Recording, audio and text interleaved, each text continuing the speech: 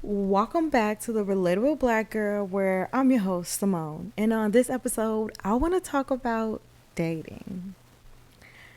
You guys, I'm actually really excited about dating. I feel like I'm in such a good place in my life, like mentally, emotionally, physically, like financially. So it's just like for me, I feel like all my ducks are in a row and everything is just working out in my favor. I feel like it took me a long time to get to this point, and I really wanted to become the person that I would want to date. And I just be like, "Oh, I love me so much." And I feel like having that feeling, it makes it also easier to date too. Because when I tell you, it's just so easy for me to just like cut some shit off. Because, oh my God, some of these guys be really trying it. They'll be really disrespectful. And I don't know what type of woman that they are used to dealing with. But I really feel like it's a finesse, you know? They'll try to make you feel like you have to do this or you have to do that, or I'm not gonna make you my girlfriend. Like I was dating this one guy and he was like, he would always be like, if you want to be my girl, if you want to be my wife. And it's almost as if it's like this thing that like certain men will try to like hold over your head. And when I tell you, baby, I don't want to be your girlfriend, I don't want to be your wife, it's plenty more fish in the sea, okay? I just feel like where I work at now, I just run across so many different types of guys and men, and even where I live.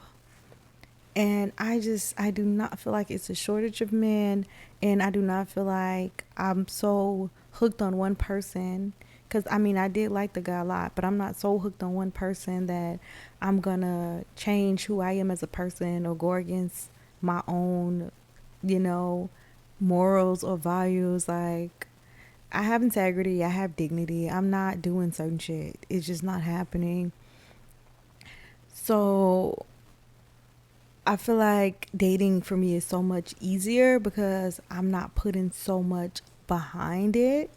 And because I feel like people make it seem like you're supposed to meet a guy, and if he don't make you his girlfriend or ask you to be his girlfriend at this time or this day, then you need to move on, or he doesn't like you, or he might be seeing someone else.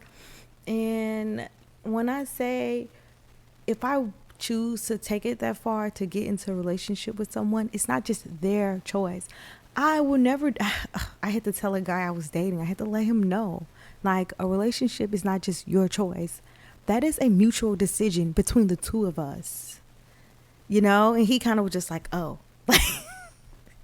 That's all he said, was just like, oh. Because I think a lot of guys are really used to it being like their decision. Like, and it's not just your decision, it's a mutual decision. And I feel like ideally I would want to know somebody for a year before I get into a relationship with them. And the reason why I would want to know them for a year is because people be pretending. And not just men, women do it too. Like, I'll meet a guy and he'll say he has everything in common with me. Whatever I like, oh, he likes too. He likes everything I like, you know? And then once we start to get more serious with dating, come to find out, I'm putting on certain TV shows because I'm like, oh yeah, we both like this show. It's a new season. We'll watch it together. I don't want to watch this. I'm like, oh, he says he likes tea, so I'm making him a cup of tea. I'm having my tea and I'm making him a cup of tea, and I don't want to drink this. He clearly don't want to drink it. He's trying to take little tips out of it, but he clearly does not like it and does not want to drink it. So sometimes people will pretend to be somebody they not, and then once you like really get to know them, you'll be like, oh my God, we have nothing in common. Like, our common grounds were these things. And I wish I could be like, oh my gosh, I like you so much, so I'm just gonna look past that you lied about all this stuff, because it's just like, no, we don't have anything in common anymore. Like, we no longer have anything in common because you were lying, you know. And I feel like some people can be very manipulative, especially when they're sitting back and they're watching you on social media. Like, because whenever I go out and I meet people or like meet guys, I never give them my phone number. I let them add me on Instagram. So they'll sit back and they'll be watching all my stories and everything that I'm doing. And so it kind of gives them like a sense of who you are, and they kind of play their role. So I just feel like more of the story, it takes longer than a couple of months to get to know someone. I dated someone and he was hiding the fact that he had like a drinking problem for like almost a year and a half. And I started to get suspicious, with his like behavior patterns and just, things wasn't adding up, and I would be asking him questions, and he was very manipulative. Like he would try to say all the right things or always have an excuse. And it took me a while before I realized, like, oh my God, like this man has a problem. Like he has an addiction. And sometimes people hide those things like really, really good, because some people can drink and still function like you and me, and you will never know. And I know because I was one of them. So I know, like, I would be toe up and nobody would even know. They'll wonder why I had one more shot and now I'm like out of it because I was already drinking. So I feel like the dating pool for me has really opened up since I've done just a lot of growing and a lot of maturing, and I've worked on the way that I carry myself as a woman. I feel like the dating pool has just like opened up, and like so many different types of guys be trying to talk to me, white, black, Asian, like with really good jobs and stuff. I'm at a point where I feel like I'm doing the picking, I'm doing the choosing. Like, and I'm being picky, and I feel like I have a right to be, because guys are so particular about how they want a woman to look and dress and act. And I feel like as women we sometimes look past a lot of things. If this person looks a certain way, if he has a certain career. And I think if you're at a point in your life where you're like dating for marriage, and you're not just like dating for fun and getting out of the house and meeting new people, and you're like dating for marriage, that is something that I feel like you have to work on, being comfortable with asking certain questions and very early on. I know sometimes you don't want to ask certain things or say certain things because you don't want to scare that person away. But you guys, I used to be dating a guy and I really liked him. I thought we could be something serious. And I had no idea that he was like an atheist. And I wasn't comfortable with that. I'm not comfortable with that. I feel like I don't care if we don't have the same religious belief, but I feel like you should be believing in something, or because even if you just believe in the universe, like he was just one of those people like, oh, we were just put on this earth to have babies and reproduce, and like really strict. And I just kind of felt like I'm so much more than a baby maker. I'm more than that. Like, so you really gotta ask like those hard hitting questions when you're looking to like get married to somebody. Because how did I talk to him for that long and had no idea that he was just like, he was an atheist? And then some of the stuff that he did like and believe in, it looked at very like demonic. And when I told him that, he was just like, oh yeah, someone else told me this too. Like he wanted to get a tattoo on him, and it was like with horns, like a devil. And I thought that was, I didn't like that. But I definitely think that if you're dating for marriage, you gotta take your time to really get to know the person and also make sure you guys have the same values and beliefs.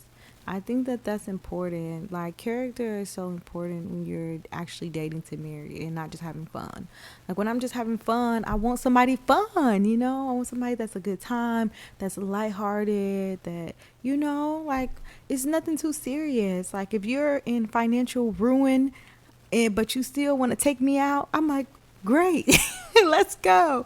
But it's like, if I'm looking for a partner to marry, I'm like, are you financially stable? Like, do you have an education? Do you have a career? Do you have a plan A? Do you have a plan B? Are you saving for retirement? What in life brings you happiness? Do you have hobbies? Do you have goals? Like, I need to know all of these things. Like, when I do feel like I'm kind of in the in between space of like dating just for fun and then dating for marriage. I want a man that can be a leader, you know? Like, I need someone who can take the lead. I am not a strong black woman. I am actually a dandel in distress, and I need someone that if they don't know, they're willing to try and find out, you know? I see so many women and they're like have to make all these like financial decisions in their household and call all the shots and this and that. And it's like, I really want a man that if you don't know, you're making friends with people who do know, you know, and you're figuring out how to buy that house. You're figuring out how much money you need to save. You're figuring out good life insurance policies, and you're figuring out how to put your student loan on a payment plan and what's the quickest way to pay off your debt. Like, I'm not trying to guide someone, you know. I want my opinion to matter, and I want to have a say so in my household, of course, and I want them to value and respect my wants and needs and my boundaries, but I also want someone who can take the initiative. And like I said, if you don't know, you're trying to figure it out. I'm not with all the get rich quick schemes. I'm not with all, you know, you only live once and just taking crazy risks. Like, I'm okay with taking risks. I'm okay with trying to experience life because you do only live once, but I'm not living my life on the edge. Like, and I'm not and I'm cautious about who I have around me and who I bring into my life. Like, I want children. I want someone that's going to be a good example for my kids, give my kids good advice, you know? Not just watch the kids when I go to work, but can go and take the kids out and go to the grocery store and go to the movies, take the kids to the park, and it's just them. Like, I don't have to be in attendance. Like, I want someone to be active and present and have like a real desire to be a father. I feel like I want to keep my options open, you know? Because it's so many men. How am I supposed to just pick one? Like, I can't lie. I'll be lying if I say I don't like all the little extra attention that I be getting. I would be a liar. I do like some of the extra attention. You know, it's some really great men out there. I think it depends on your environment and your setting and who you're around. Because oh my God, it's some really great guys who are really polite. They're really genuine. They're really, you know, and maybe you might be overlooking them, or maybe you're just not in the right setting, not with the right group of friends. Elevating yourself can help you meet new people and be around people that you feel like are like minded, have the same type of goals, and want the same thing out of life. I'm a firm believer in that. And I feel like changing my environment and just working on who I was as a person, it has opened up so many opportunities for myself. And I am looking forward to dating, especially this summer. Yeah, I'm excited. I hope you guys enjoyed this episode. I'm Simone. This is the Relatable Black Girl, and I will see you guys next time.